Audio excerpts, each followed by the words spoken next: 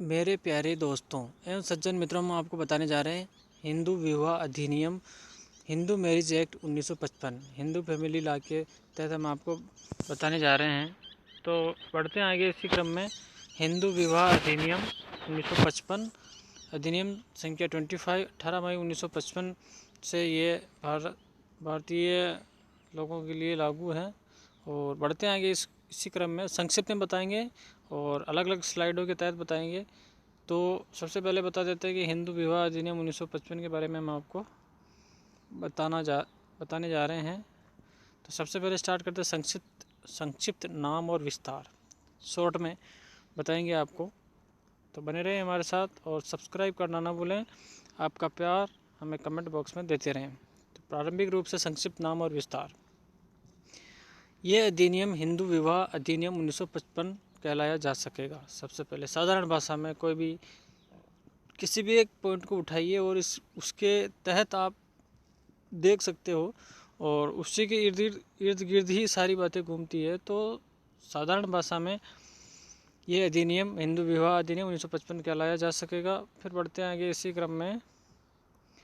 इसका विस्तार जम्मू कश्मीर और राज्य के सिवाय समस्त भारत पर है। जिन राज्यों पर भी इस अधिनियम का विस्तार, उन राज्यों में आदिवासी एवं हिंदुओं को भी ये लागू है जो उक्त राज्य क्षेत्रों के बाहर है। और समय समय पर सरकारें संशोधित करती रहती है। जैसे कि जम्मू कश्मीर राज्य को केंद्र शासित प्रदेश बनाया गया है, उसके बाद में काफ़ी कानून कायदे सब जगह पे चेंज हो गए हैं। तो बढ़ते हैं आगे इसी क्रम में। दूसरा बिंदु जो है अधिनियम का लागू होना। यह अधिनियम वीरशैव, लिंगायत, ब्राह्मण्य, प्रार्थना एवं आर्य समाज के अनुयायियों के सहित ऐसे किसी व्यक्ति को लागू है जो हिंदू धर्म के रूपों के विकासों में से किसी के नाते धर्म से हिंदू हैं।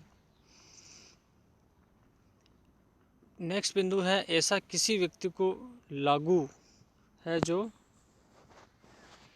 धर्म से बौद्ध, जैन या सिख हैं और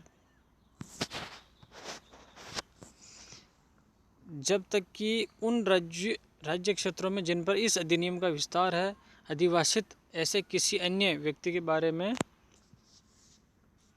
धर्म से मुसलमान, ईसाई, पारसी या यहूदी नहीं है। यह सिद्ध नहीं कर दिया जाता है कि यदि यह अधिनियम पारित न किया गया होता तो वह ऐसी बात के बारे में जिसके लिए इसमें व्यवस्था की गई है हिंदू विधि द्वारा उस विधि की भाग रूप किसी रूढ़ि या प्रथा द्वारा शासित नहीं होता है, ऐसे व्यक्ति को भी लागू है। स्पष्टीकरण निम्न व्यक्ति अर्थात इसके दायरे में कौन कौन आएंगे इसके बारे में हम जान लेते हैं थोड़ा सा। पहला बिंदु इसमें आता है ऐसा कोई बालक चाहे वह औरस हो या जारज जिसके दोनों जनकों में से एक धर्म से हिंदू, बौद्ध, जैन या सिख हो। कोई भी एक जनक हिंदू, बौद्ध, जैन या सिख हो। फिर बढ़ते आगे इसी क्रम में। ऐसा बालक चाहे वह औरस हो या जारज जिसके दोनों जनकों में से एक धर्म से हिंदू, बौद्ध, जैन या सिख और जिसका लालन पालन उस आदिम जाति, समुदाय, समूह या परिवार के सदस्यों के रूप में किया गया जिसका कि ऐसा जनक है या था। अग्रिम बिंदु आता है ऐसा कोई व्यक्ति जिसके हिंदू, बौद्ध, जैन या सिख धर्म ग्रहण किया है, पुनर्ग्रहण किया है, यथास्थिति धर्म से हिंदू, बौद्ध, जैन या सिख हैं। बढ़ते आगे इसी क्रम में। उपधारा है इसकी एक, अंतर्विष्ट किसी बात के होते हुए भी इस अधिनियम में अंतर्विष्ट कोई बात संविधान के अनुच्छेद 366, हम बता देते हैं कि आपको 368 जो संविधान का अनुच्छेद है वो संविधान को संशोधित करने के लिए आधारभूत स्तंभ है। बढ़ते हैं आगे। 367 के खंड 25 के अर्थों के अंदर वाली किसी अनुसूचित आदिम जाति के सदस्यों को तब तक लागू नहीं होगी जब तक कि केंद्रीय सरकार राजकीय गजट में अधिसूचना द्वारा अन्यथा निर्दिष्ट न करें। फिर अगले बिंदु पे चलते हैं। इस अधिनियम के किसी प्रभाव से हिंदू पद का ऐसे अर्थ लगाया जाएगा मानो कि इसके अंतर्गत ऐसा व्यक्ति जो कि यद्यपि धर्म से हिंदू नहीं है तथापि ऐसे व्यक्ति जिसे कि यह अधिनियम इस धारा में अंतर्विष्ट उपबंधों के बल से लागू होता है। साधारण भाषा में देखते हैं। अब इसी के तहत डेफिनेशंस देख लेते हैं। बिंदु 3 में परिभाषाएं। इस अधिनियम में जब तक कि प्रसंग से अन्यथा अपेक्षित न हो पहला, रूढ़ि और प्रथा पदों से ऐसा कोई नियम अभिप्रेत है जिससे कि लंबे समय के लिए लगातार और एक रूपता से अनुपालित किया जाने के कारण किसी स्थानीय क्षेत्र, आदिम जाति, समुदाय, समूह या परिवार के हिंदुओं में विधि का बल अभिप्राप्त हो गया है, परंतु यह तब जबकि यह नियम निश्चित हो और अभियुक्त या लोक नीति के विरुद्ध न हो, परंतु ये और भी कि ऐसे नियम की अवस्था में जो कि एक ही परिवार को लागू है, परिवार द्वारा उनका अस्तित्व भंग नहीं कर दिया गया हो।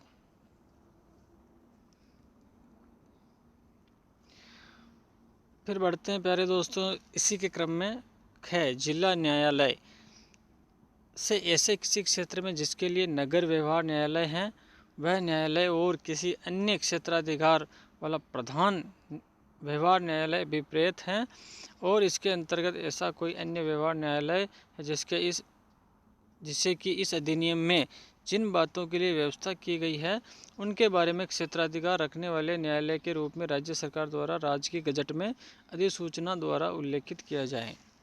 विशेष तौर से यहाँ समझने वाली बात है, अधिकतर ये सिविल मामले हैं जिला न्यायालयों में ज़्यादा पेश किए जाते हैं। और बढ़ते आगे इसी क्रम में सगा और सौतेला। कोई दो व्यक्ति एक दूसरे के सगे नातेदार तब कहलाते हैं जबकि वे एक ही पूर्वज से उसकी एक पत्नी से जन्मे हों, और सौतेले नातेदार तब कहलाते हैं जबकि वे एक ही पूर्वज से किंतु उसकी भिन्न पत्नियों से जन्मे हों। सहोदर, दो व्यक्ति एक दूसरे के सहोदर नातेदार तब कहलाते हैं जबकि वे एक ही पूर्वज से किंतु उसके भिन्न पतियों से जन्मे हो। सगा, सहोदरा। और फिर बढ़ते आगे स्पष्टीकरण खंड गय और गय में पूर्वज पद के अंतर्गत पिता और पूर्वजा के अंतर्गत माता, पूर्वज पद के अंतर्गत पिता एवं पूर्वजा के अंतर्गत माता। और बढ़ते आगे इसी क्रम में जो नेक्स्ट बिंदु है विहित से इस अधिनियम के अधीन बनाए गए नियमों द्वारा विहित अभिप्रेत है। यहाँ पे आपको स्पष्टीकरण जो दिया है उसके तहत हम बताते हैं आपको कि पूर्वज पद के अंतर्गत पिता और पूर्वजा के अंतर्गत माता आती है, तो आप इसको भी समझ सकते हो आसानी से। फिर बढ़ते आगे इसी क्रम में किसी व्यक्ति के प्रति निर्देश से सपिंड, सपिंड का मतलब उसी पिंड से चला रहा हूँ, नातेदारी का विस्तार माता से ऊपर वाली परंपरा में तीसरी पीढ़ी तक, जिसके अंतर्गत तीसरी पीढ़ी भी है, और पिता की ऊपर वाले परंपरा में पांचवी पीढ़ी तक, जिनके अंतर्गत पांचवी पीढ़ी भी है, प्रत्येक अवस्था में परंपरा संपर्कित व्यक्ति से ऊपर गिनी जाएगी जिसे कि पहली पीढ़ी का गिना जाएगा। यदि दो व्यक्तियों में से एक सपिंड की नातेदारी की सीमाओं के भीतर दूसरे का परंपरागत अग्र पुरुष है, या यदि उसका ऐसा एक ही परंपरागत अग्र पुरुष है जो कि एक दूसरे के प्रति सहपिंड नातेदार की सीमाओं के भीतर है, तो ऐसे दो व्यक्तियों के बारे में कहा जाता है कि वे एक दूसरे के सहपिंड है। फिर बढ़ते हैं आगे इसी क्रम में 6 बिंदु वाले में देखते हैं प्रतिसिद्ध नातेदारी की डिग्रियां। यदि दो व्यक्तियों में से सानिध्य है, पहला एक दूसरे का परंपरागत अग्र पुरुष है, या दूसरा एक दूसरे का परंपरागत अग्र पुरुष या वंशज की पत्नी या पति है, या फिर अगला है एक दूसरे के भाई की या पिता या माता के भाई की या पितामह या मातामह या पितामही या मातामही के भाई की पत्नी है, या भाई और बहन, चाचा और भतीजी, चाची या भतीजा, भाई और बहन की या दो भाइयों या दो बहनों की संतति, तो उनके बारे में कहा जाता है कि वे प्रतिसिद्ध नातेदारी की डिग्रियों के अंदर है।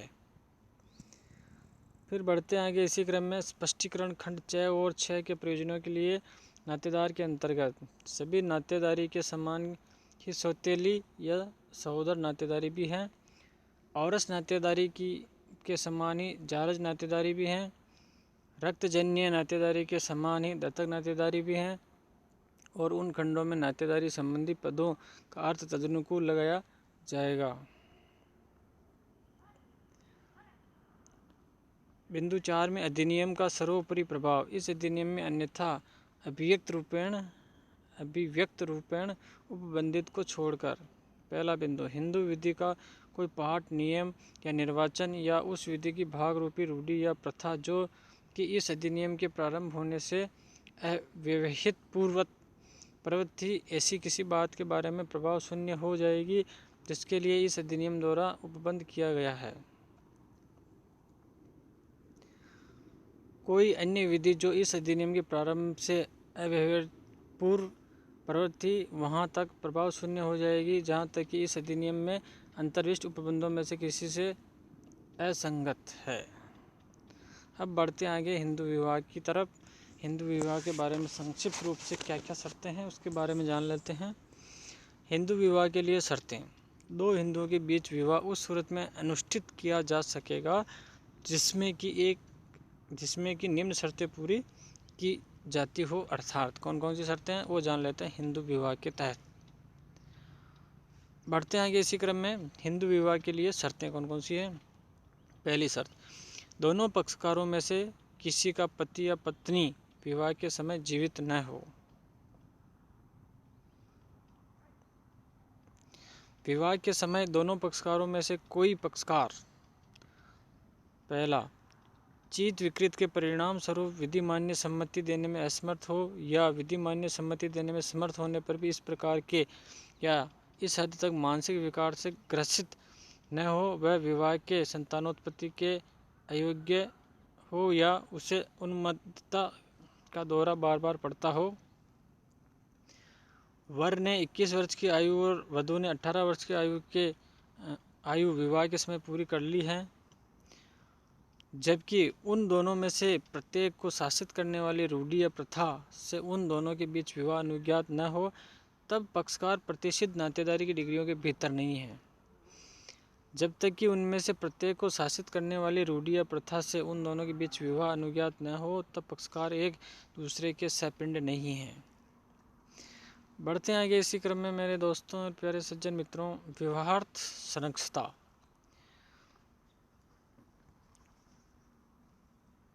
इसमें चेंजिंग किया हुआ है, तो चेंजिंग के लिए हमने अलग से वीडियो दिया हुआ, उसमें देख सकते हो। विवाह के लिए संस्कार, हिंदू विवाह उसमें के पक्षकारों में से किसी के रूढ़िगत आचारों और संस्कारों के अनुरूप अनुष्ठित किया जा सकेगा, जहाँ की ऐसे आचार और संस्कारों के अंतर्गत सप्तपदी हैं, अर्थात अग्नि के समक्ष वर और वधू को संयुक्त 7 पद लेना है। वह विवाह पूरा और बाध्यकर तब हो जाता है जबकि 7वां पद पूरा किया जाता है। 7 फेरों के बाद में विवाह को पूर्ण रूप से वैधानिक मान लिया जाता है।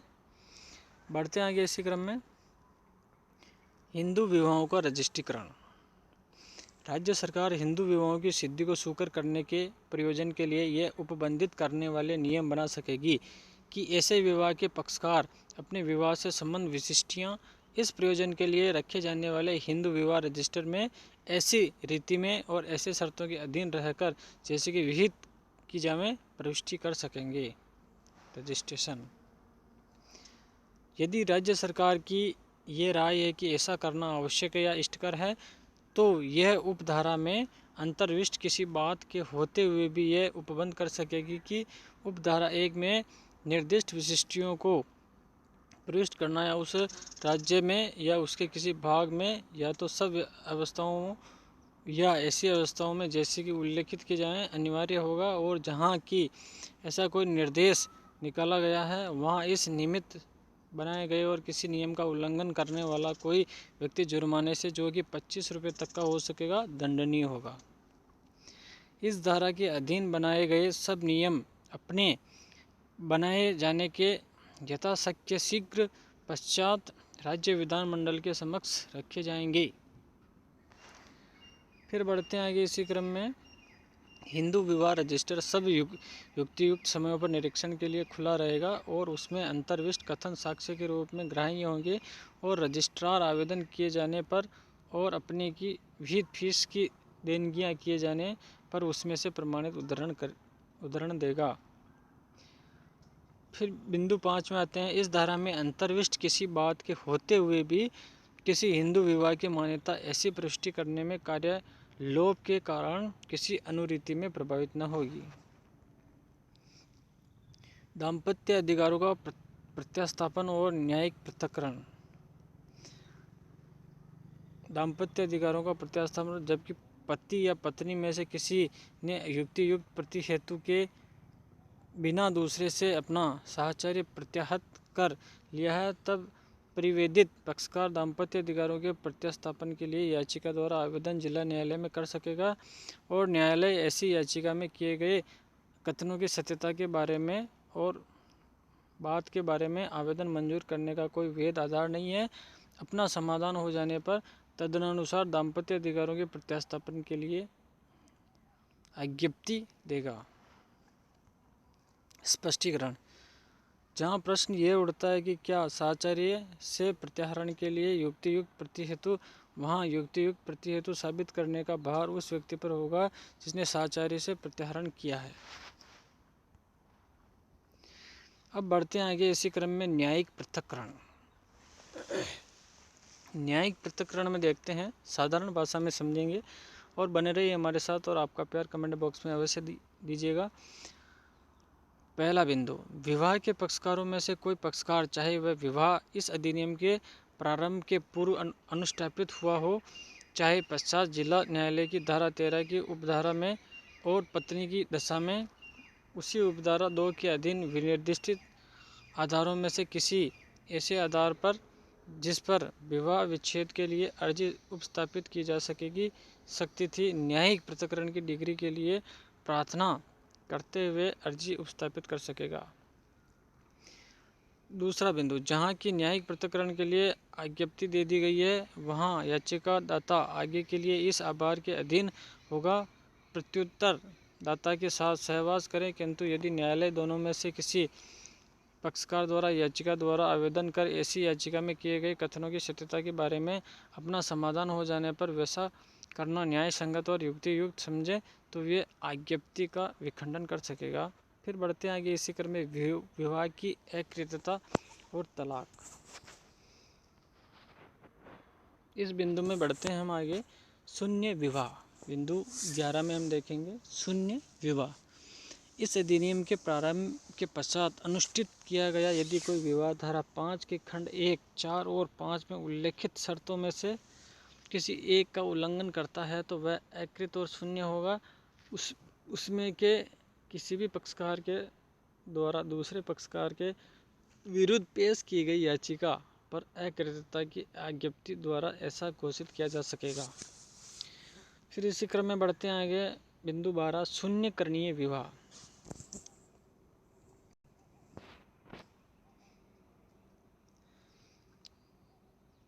कोई विवाह भले ही वह इस अधिनियम के प्रारंभ में पूर्व या पश्चात अनुष्ठापित किया गया है, निम्न आधारों में से किसी पर अर्थात पहला कि प्रत्यर्थी की नपुंसकता के कारण विवाहोत्तर संभोग नहीं हुआ है, या इस आधार पर कि विवाह धारा 5 के खंड 2 में उल्लेखित शर्तों के उल्लंघन में है, या इस आधार पर कि याचिकादाता की सम्मति है, या जहाँ की याचिकादाता के विवाहार्थ संरक्षक की सम्मति धारा 5 के अनुसार बाल विवाह निरोधक अधिनियम 1978 का 2 के लागू होने के पूर्व थी, वहाँ ऐसे संरक्षक की सम्मति बल या कर्मकांड की प्रकृति या प्रत्यर्थी से संबंधित किसी तात्विक तथ्य पर परिस्थिति के बारे में कपट द्वारा अभिप्राप्त की गई थी, या इस आधार पर कि प्रत्युत्तरदात्री विवाह के समय याचिकादाता के से भिन्न किसी व्यक्ति द्वारा गर्भवती थी, शून्यकरणीय होगा और अकृत्यता की आज्ञप्ति द्वारा अकृत किया जा सकेगा। उपधारा 1 में अंतर्विष्ट किसी बात के होते हुए विवाह को अकृत करने के लिए कोई याचिका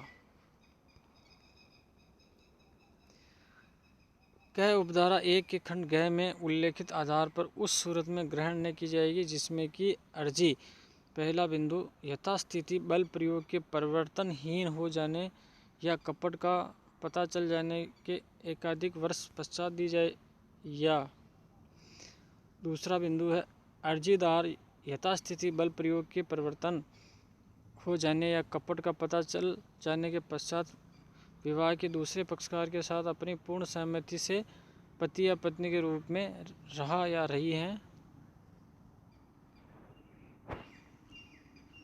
खंड ग ख में देखते हैं, उपधारा 1 के खंड ग में उल्लेखित आधार पर तब तक ग्रहण नहीं की जाएगी जब तक कि न्यायालय का समाधान नहीं हो जाता। पहला बिंदु आ जाता है कि याचिका दाता की अभिकथित तथ्यों से विवाह के समय अनभिज्ञ था। दूसरा बिंदु, इस अधिनियम के प्रारंभ के पूर्व अनुष्ठित विवाहों की अवस्था में कार्यवाहियां ऐसे प्रारंभ के 1 वर्ष के भीतर और ऐसे प्रारंभ के पश्चात अनुष्ठित विवाहों की अवस्था में विवाह की तारीख से 1 वर्ष के भीतर संस्थित कर दी गई। और तीसरा बिंदु आ जाता है कि याचिकादाता की सम्मति से वैवाहिक संभोग उक्त आधार के अस्तित्व का पता याचिकादाता को चल जाने के दिन से नहीं हुआ है। फिर बढ़ते हैं कि बिंदु 13 में तलाक क्या है, उसके बारे में कैसा क्या सिस्टमेटिक प्रक्रिया है, उसके बारे में सामान्य भाषा में पढ़ेंगे ताकि आपको उचित रूप से समझ में आए। लेकिन प्यारे दोस्तों और सज्जन मित्रों, आपका प्यार कमेंट बॉक्स में देना न भूलें। बढ़ते हैं आगे इसी क्रम में तलाक। बिंदु 1, कोई विवाह भले वह इस अधिनियम के प्रारंभ के पूर्व या पश्चात अनुष्ठित हुआ हो या तो पति या पत्नी पेश की गई याचिका पर तलाक की आज्ञप्ति द्वारा एक आधार पर भंग किया जा सकता है कि पहला बिंदु, दूसरे पक्षकार ने विवाह के अनुष्ठान के पश्चात अपनी पत्नी या अपने पति से भिन्न किसी व्यक्ति के साथ स्वेच्छा मैथुन किया है, या बिंदु 1, विवाह के अनुष्ठान के पश्चात अर्जीदार के साथ क्रूरता का बर्ताव किया है, या बिंदु ख, अर्जी के उपस्थापन के ठीक पहले कम से कम 2 वर्ष की कालावधि तक अर्जीदार को अभित्यक्त रखा है, या बिंदु दूसरा पक्षकार दूसरे धर्म को ग्रहण करने से हिंदू होने से परिविरत हो गया है, या बिंदु 3, दूसरा पक्षकार असाध्य रूप से विकृत चित रहा है, लगातार या आंतरिक रूप से इस किस्म के हैं और इस हद तक मानसिक विकार से पीड़ित रहा है। अर्जीदार से युक्त रूप से आशा नहीं की जा सकती है कि वे प्रत्यर्थियों के साथ रहें। स्पष्टीकरण।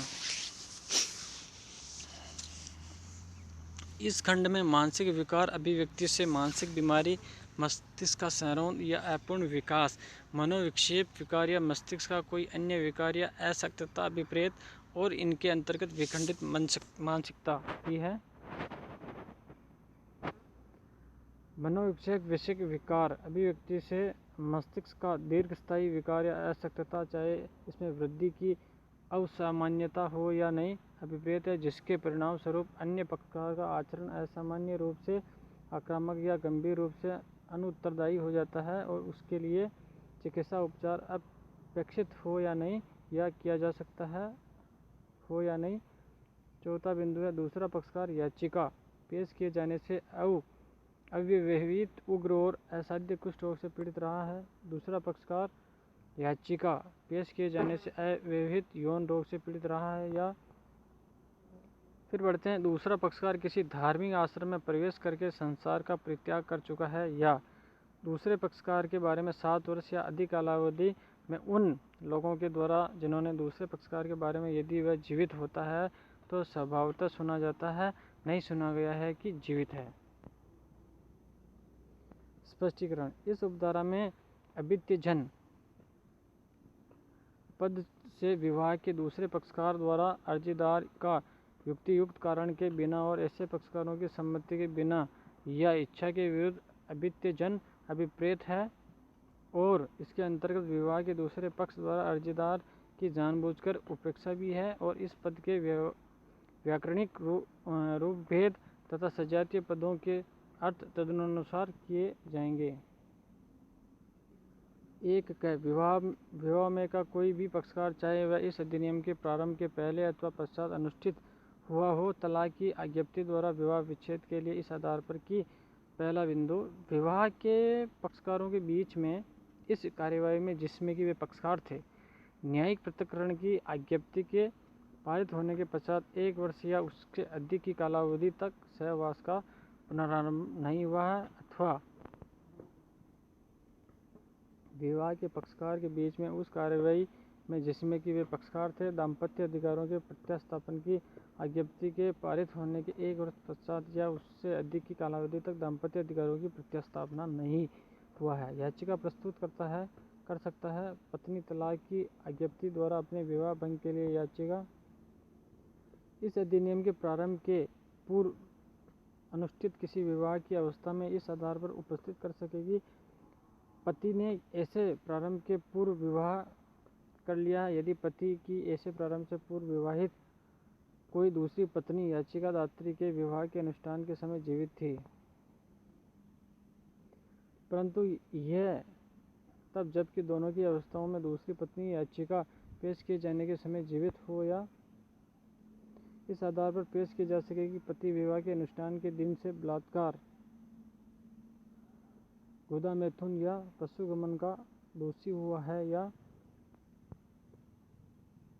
कि हिंदू दत्तक ग्रहण और भरण पोषण अधिनियम 1956 की धारा हिंदू दत्तक ग्रहण और भरण पोषण अधिनियम 1956 की धारा 18 के अधीन वाद में दंड प्रक्रिया संहिता 1973 की धारा 125 के अधीन दंड प्रक्रिया संहिता 1898 की तत्स्थानी धारा 488 के अधीन कार्यवाही में यथास्थिति डिक्री या आदेश पति के विरुद्ध पत्नी को भरण पोषण देने के लिए इस बात को होते हुए भी पारित किया गया कि वे अलग रहती थी, और ऐसे डिक्री या आदेश के पारित किए जाने के समय से पक्षकारों में 1 वर्ष या उससे अधिक के समय तक सहवास या पुनरारंभ नहीं हुआ है। किसी स्त्री ने जिसका विवाह चाहे विवाहोत्तर संभोग न हुआ हो या नहीं, उस स्त्री के 15 वर्ष की आयु प्राप्त करने के पूर्व अनुष्ठापित किया गया था, उसने 15 वर्ष की आयु प्राप्त करने के पश्चात किंतु 18 वर्ष की आयु प्राप्त करने के पूर्व विवाह का निराकरण कर दिया है। स्पष्टीकरण: यह खंड लागू होगा चाहे विवाह विधि संशोधन अधिनियम 1976 का 68 के प्रारंभ के पूर्व अनुष्ठापित किया गया हो या उसके पश्चात। फिर साधारण भाषा में देखते हैं कि विवाह विच्छेद कार्यवाहियों में प्रत्यर्थी को वैकल्पिक अनुतोष विवाह विच्छेद की डिक्री द्वारा विवाह के विघटन के लिए अर्जी पर इस अधिनियम के अधीन किसी कार्यवाही में उस दशा को छोड़कर जहां और जिस पद तक अर्जी धारा 13 की उपधारा 1 के खंड और 7 में वर्णित आधारों पर यदि न्यायालय मामलों की परिस्थितियों को ध्यान में रखते हुए यह न्यायोचित समझौता है कि विवाह विच्छेद के डिक्री के बजाय न्यायिक पृथक्करण के लिए डिक्री पारित कर सकेगा। पारस्परिक सम्मति से विवाह विच्छेद: इस अधिनियम के उपबंधों के अधीन रहते हुए या दोनों पक्षकार मिलकर विवाह विच्छेद की डिक्री विवाह के विघटन के लिए अर्जी न्यायालय में, चाहे ऐसा विवाह अधिनियम विवाह विधि संशोधन अधिनियम 1976 के प्रारंभ के पूर्व अनुष्ठापित किया गया हो चाहे उसके पश्चात, इस आधार पर पेश कर सकेंगे कि 1 वर्ष या उससे अधिक समय से अलग अलग रह रहे हैं और वे एक साथ नहीं रह सकते हैं तथा वे इस बात के लिए परस्पर सहमत हो गए हैं, विवाह विघटित कर देना चाहिए। उपधारा 1 में निर्दिष्ट अर्जी के उपस्थापित किए जाने की तारीख से 6 मास के पश्चात और 18 मास के भीतर दोनों पक्षकारों द्वारा किए गए प्रस्ताव पर यदि इस बीच अर्जी वापस नहीं ली गई तो न्यायालय पक्षकार को सुनने के पश्चात और ऐसी जांच जैसी वे ठीक समझे करने के पश्चात अपना यह समाधान कर लेने पर कि विवाह अनुष्ठापित हुआ है और अर्जी में किए गए प्रकाशन सही है, यह घोषणा करने वाले डिक्री पारित करेगा कि विवाह डिक्री की तारीख से विघटित हो जाएगा। बिंदु अपन चलते हैं आगे प्यारे दोस्तों, सज्जन मित्रों, लेकिन आपका प्यार कमेंट बॉक्स में अवश्य दीजिएगा। विवाह के 1 वर्ष के अंदर तलाक के लिए कोई याचिका पेश नहीं की जाएगी। इस अधिनियम में अंतर्विष्ट किसी बात के होते हुए भी जब तक आज्ञप्ति द्वारा विवाह के भंग के लिए याचिका की तारीख जब तक कि वह उस विवाह की तारीख से अर्जी के उपस्थापन की तारीख तक 1 वर्ष बीत न चुका हो, न्यायालय ऐसे याचिका को ग्रहण न करेगा।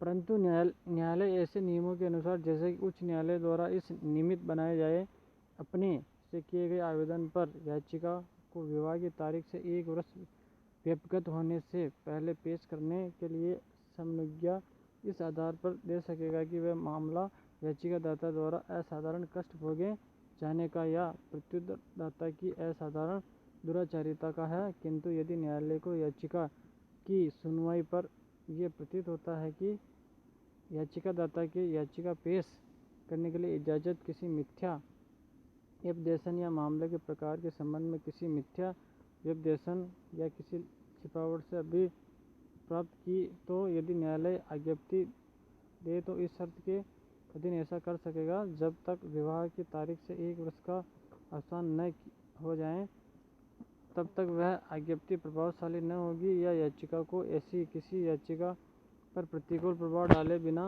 खारिज कर सकेगा जो कि उन्हें या साथ उन्हें तथ्यों पर उक्त 1 वर्ष के अवसान के पश्चात दी जाए, जैसे कि खारिज की गई याचिका के समर्थन में अभी कथित किए गए हो। बढ़ते हैं आगे इसी क्रम में प्यारे दोस्तों, विवाह की दूसरा बिंदु है विवाह की तारीख से 1 वर्ष के अवसान से पूर्व तलाक के लिए याचिका पेश करने की इजाज़त के लिए इस धारा के अधीन किसी आवेदन का निपटारा करने में न्यायालय उस विवाह से हुई किसी संतति के हितों और इस बात को भी कि क्या पक्षकारों के बीच उक्त 1 वर्ष के अवसान से पूर्व मेल मिलाप की कोई युक्तियुक्त संभाव्यता है या नहीं ध्यान में रखेगा।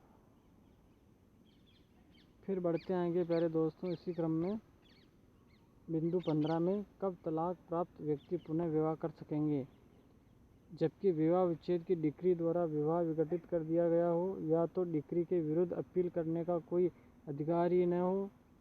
यदि अपील का ऐसा अधिकार हो तो अपील करने के समय का कोई अपील उपस्थापित हुए बिना अवसान हो गया हो या अपील की गई हो किंतु खारिज कर दी गई हो, तब विवाह के किसी पक्षकार के लिए पुनः विवाह करना विधिपूर्ण होगा।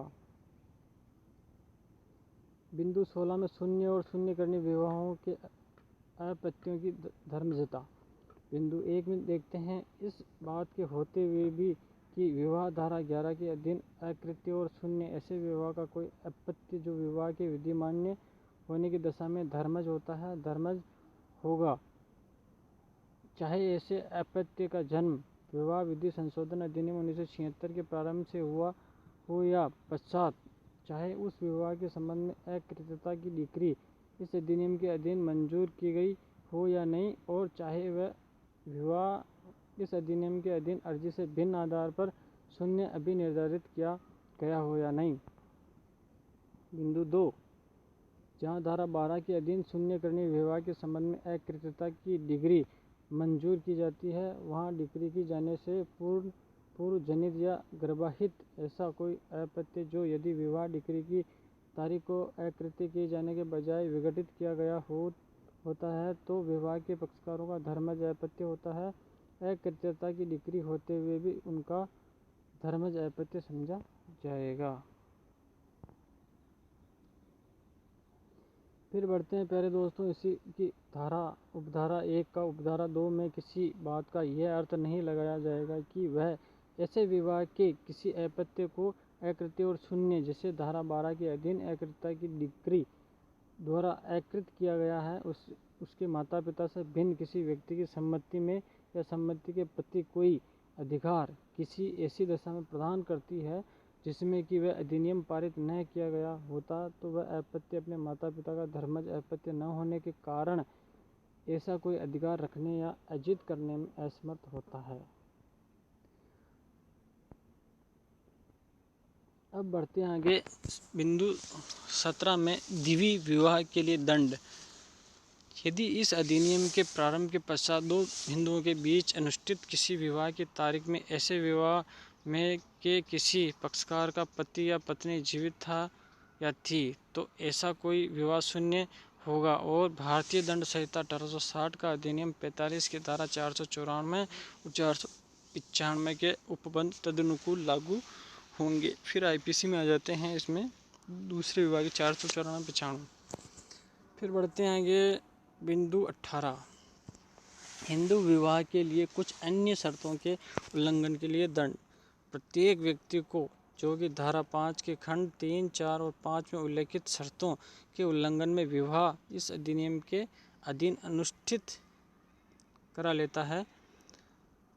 धारा 5 के खंड 3 में उल्लेखित शर्तों के उल्लंघन की अवस्था में कठोर कारावास से जो 2 वर्ष तक हो सकेगा, या जुर्माना से जो 1 लाख रुपए तक हो सकेगा, दोनों से। धारा 5 के खंड 4 या खंड 5 में उल्लेखित शर्तों के उल्लंघन की अवस्था में साध्य कारावास से जो कि 1 महीने तक का हो सकेगा, या जुर्माने से 1000 रुपये तक हो सकेगा, या दोनों।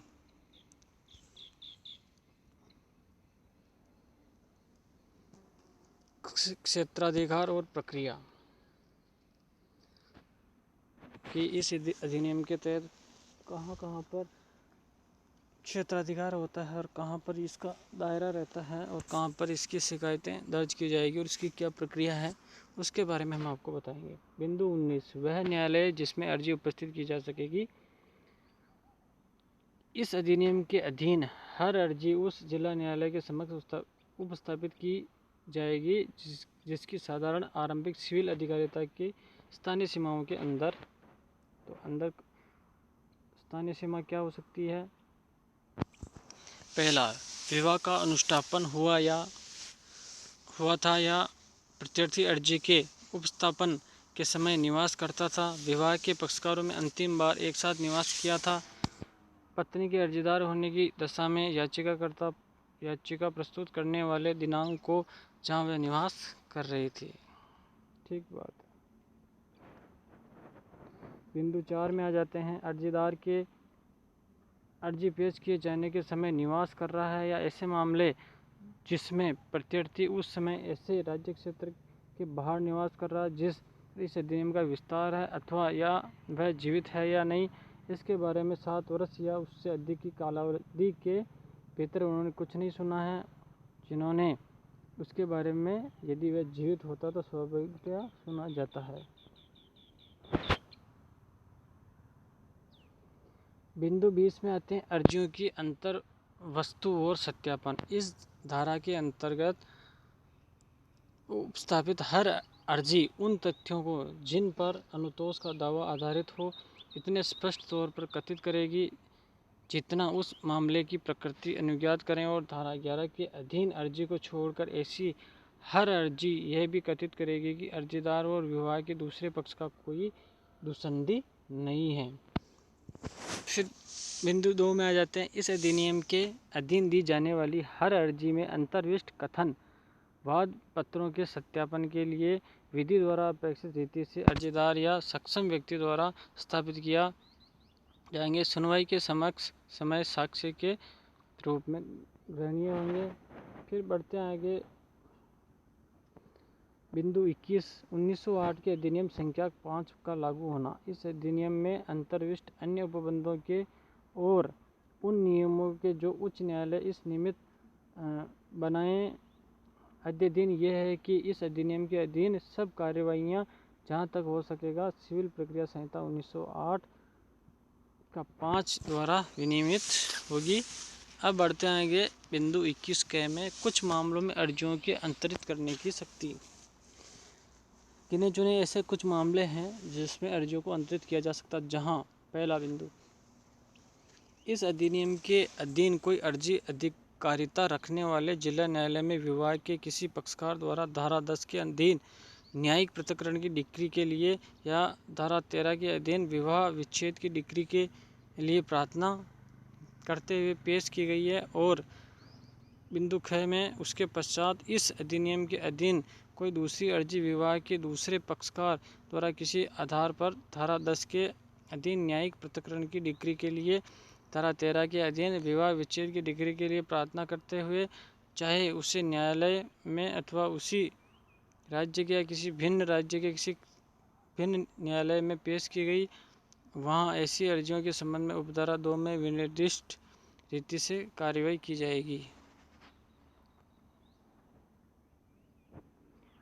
बिंदु 2, ऐसे मामलों में जिसे उपधारा 1 लागू होती है। कई बिंदु में यदि ऐसी अर्जियां एक ही जिला न्यायालय में पेश की जाती है तो दोनों अर्जियों का विचारण उनकी सुनवाई उस जिला न्यायालय द्वारा एक साथ की जाएगी। बिंदु ख, यदि ऐसी अर्जियां भिन्न भिन्न जिला न्यायालयों में पेश की जाती है, बाद वाली पेश की गई अर्जी उस जिला न्यायालय को अंतरित की जाएगी जिसमें पहले वाली अर्जी पेश की गई थी, और दोनों अर्जियों की सुनवाई और उनका निपटारा उस जिला न्यायालय द्वारा एक साथ किया जाएगा जिसमें पहली वाली अर्जी पेश की गई थी। बिंदु 3, ऐसे मामलों में जैसे उपधारा 2 में खंड ख लागू होता है, यथास्थिति वह न्यायालय या सरकार जो किसी वाद या कार्यवाही को उस जिला न्यायालय से जिसमें बाद वाली अर्जी पेश की गई है, उस न्यायालय को जिसमें पहली वाली अर्जी लंबित है, अंतरित करने के लिए सिविल प्रक्रिया संहिता 1908 का 5 के अधीन सक्षम ऐसी बाद वाली अर्जी का अंतरण करने के लिए अपनी शक्तियों का वैसे ही प्रयोग करेगी मानो वह उक्त संहिता के अधीन ऐसा करने के लिए सशक्त की गई हो। फिर बढ़ते हैं आगे मेरे दोस्तों और प्यारे सज्जन मित्रों, आपका प्यार कमेंट बॉक्स में देना न भूलें।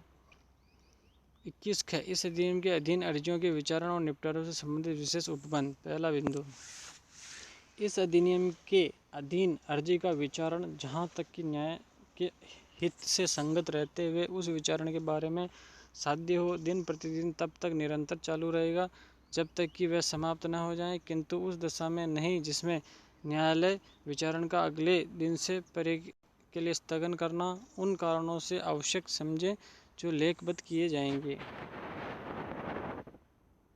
फिर बढ़ते हैं आगे बिंदु 2 की तरफ। इस अधिनियम के अधीन हर अर्जी का विचारण जहाँ तक संभव हो शीघ्र किया जाएगा और प्रत्यर्थी पर अर्जी की सूचना की तामील होने की तारीख से 6 मास के अंदर विचारण समाप्त करने का प्रयास किया जाएगा। बिंदु 3, इस अधिनियम के अधीन हर अपील की सुनवाई जहाँ तक संभव हो शीघ्र की जाएगी, प्रत्यर्थी पर अपील की सूचना की तामील होने की तारीख से 3 मास के अंदर सुनवाई समाप्त करने का प्रयास किया जाएगा। बिंदु 21 ग, दस्तावेजी साक्ष्य क्या क्या हो सकते हैं, इसके बारे में सामान्य जानकारी दे देते हैं आपको। किसी अधिनियमित में किसी प्रतिकूल बात के होते हुए भी यह कि इस अधिनियम के अधीन अर्जी के विचारण को किसी कार्यवाही में कोई दस्तावेज साक्ष्य में इस आधार पर अग्राह्य नहीं होगी कि वह सम्यक रूप से स्टाम्पित या रजिस्ट्रीकृत नहीं है। तो दोस्तों बढ़ते हैं आगे इसी क्रम में 22 पॉइंट पर चलते हैं। कार्यवाहियों का बंद कमरे में होना, उन्हें मुद्रित या प्रकाशित न किया जाना। धारा 1 पहला बिंदु, इस अधिनियम के अधीन हर कार्यवाही बंद कमरे में की जाएगी और किसी व्यक्ति के लिए किसी कार्यवाही के संबंध में किसी बात को मुद्रित या प्रकाशित करना विधिपूर्ण नहीं होगा, किंतु उच्च न्यायालय या उच्चतम न्यायालय उस निर्णय को छोड़कर जो उस न्यायालय की पूर्व अनुज्ञा से मुद्रित या प्रकाशित किया गया है। बिंदु 2, यदि कोई व्यक्ति उपधारा 1 के उपबंधों के उल्लंघन में कोई बात मुद्रित या प्रकाशित करेगा तो वह जुर्माने से जो 1000 रुपये तक हो सकेगा दंडनीय होगा। 23, कार्यवाहियों में डिग्री। बिंदु 1, यदि इस अधिनियम के अधीन होने वाले किसी कार्यवाही में चाहे उसमें प्रतिरक्षा की गई हो या नहीं, न्यायालय का समाधान हो जाए कि बिंदु 1, अनुतोष अनुदत्त करने के आधारों में से कोई न कोई आधार विद्यमान है और अर्जीदार उन मामलों को छोड़कर जहाँ गया अनुतोष के प्रयोजन से अपने दोष या निर्योग्यता का किसी प्रकार का फायदा नहीं उठा रहा है या उठा रही है। बिंदु ख, जहाँ की अर्जी का आधार 13 की उपधारा 1 के खंड निर्दिष्ट धारा हो या न, तो अर्जीदार परिवादित कार्य या कार्यों का किसी प्रकार से उपसाधक रहा है, उसने उनका मौनानुमोदन या उपमर्शन किया है, अथवा जहाँ की अर्जी का आधार क्रूरता हो वहाँ अर्जीदार ने उस क्रूरता का किसी प्रकार उपमर्शन नहीं किया है। और ख में आ जाते हैं। अब में जब विवाह विच्छेद पारस्परिक सम्मति के आधार पर चाहा गया है तो ऐसे सम्मति बल, कपट या असम्यक असर द्वारा अभिप्राप्त नहीं की गई है। और ग, अर्जी जो धारा 11 के अधीन पेश की गई अर्जी नहीं है, प्रत्यर्थी के साथ दसंधि करके उपस्थापित या अभियोजित नहीं की जाती है। और बिंदु ग, कार्यवाही संस्थित करने में कोई अनावश्यक या अनुचित विलंब नहीं हुआ है। और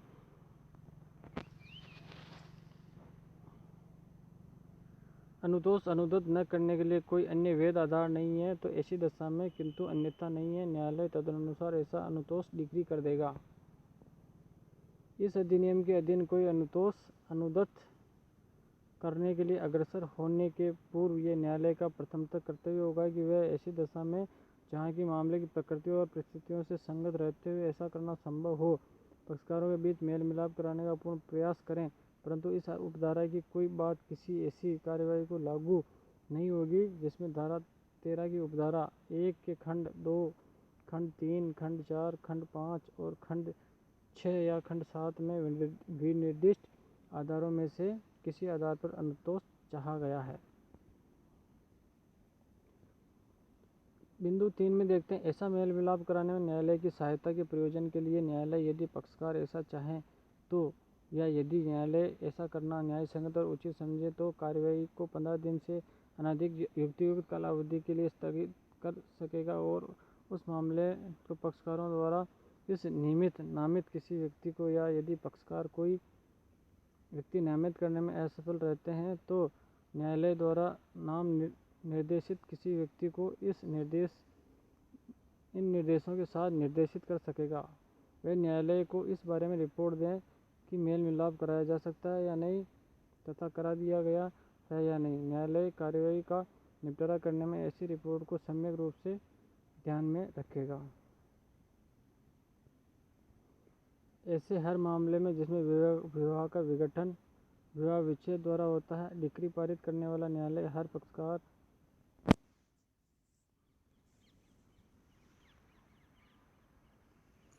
तो बिंदु 23 में आ जाते हैं, विवाह विच्छेद और अन्य कार्यवाहियों में प्रकृतियों को अनुदोष और इसके साथ ही बिंदु 24 वाद लंबित रहते भरण पोषण और कार्यवाहियों के व्यय।